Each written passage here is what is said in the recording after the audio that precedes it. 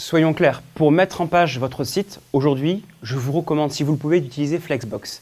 Mais il ne faudrait pas ignorer que depuis des années, les designers web font autrement, parce qu'il n'y avait pas Flexbox avant. On a notamment mis en page nos sites web avec des éléments flottants, un positionnement de type inline block, absolu, fixe ou relatif.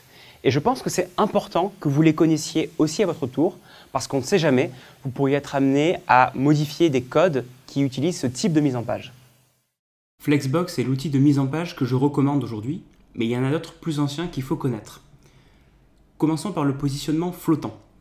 Ça consiste à utiliser la propriété float pour placer un élément sur le côté, comme un menu.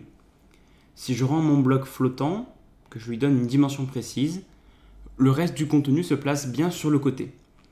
Mais il y a un défaut, le texte revient ensuite en dessous du menu. N'oubliez pas que c'est un flottant, du coup il entoure en fait l'élément. L'astuce est de mettre une marge suffisante entre le menu et le contenu. Comme ça, tout est aligné. Cette technique a quand même des défauts et franchement elle n'est pas idéale. Le flottant n'a pas été conçu pour ça à la base, donc évitez vraiment d'utiliser cette technique, sauf si vraiment on ne vous donne pas le choix. Pour la technique de mise en page qui va suivre, j'ai besoin de vous présenter la propriété CSS Display. On l'a utilisée avec DisplayFlex pour faire du Flexbox. Il faut savoir qu'on peut lui donner beaucoup d'autres valeurs pour transformer le comportement d'un élément de la page. Par exemple, avec DisplayInline, l'élément va se comporter comme un inline. Block, l'élément va se comporter comme un bloc. Avec None, l'élément ne sera pas affiché du tout. C'est en fait un moyen de masquer le contenu.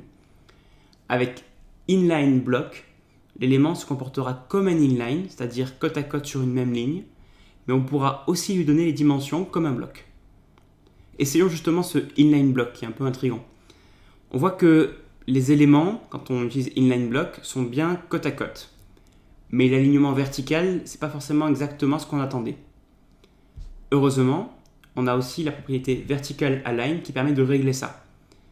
Les valeurs qu'on peut lui mettre sont baseline par défaut, bottom qui signifie en bas, middle au milieu et top qui signifie en haut. C'est justement ce qu'on veut ici pour aligner correctement les éléments. Il y a d'autres techniques de positionnement un peu particulières. Le positionnement absolu, fixe et relatif. Avec Position Absolute, on peut placer un élément où on veut, mais vraiment où on veut, sur la page. Il peut être même par-dessus d'autres éléments. En plus de ça, du coup, il faut utiliser les propriétés Top, Bottom, Left et Right pour indiquer où placer l'élément sur l'écran. Par exemple, pour placer un élément en bas à droite, on fera comme ceci. Si vous avez deux éléments positionnés en absolu qui se chevauchent, vous pouvez utiliser la propriété Z-index en plus. L'élément qui a le nombre le plus élevé sera affiché par-dessus. Le positionnement absolu est un peu brutal parce que justement on dit que l'élément sort du flux. Utilisez vraiment que dans des conditions précises qui le nécessitent. Parce qu'après ça peut devenir compliqué de gérer le code de la page. Le positionnement fixe avec Position Fixed est identique au positionnement absolu, sauf que cette fois, l'élément est toujours visible, même quand on navigue dans la page. Enfin, le positionnement relatif permet de décaler un élément par rapport à sa position initiale. Ça peut être pratique pour procéder à des petits ajustements.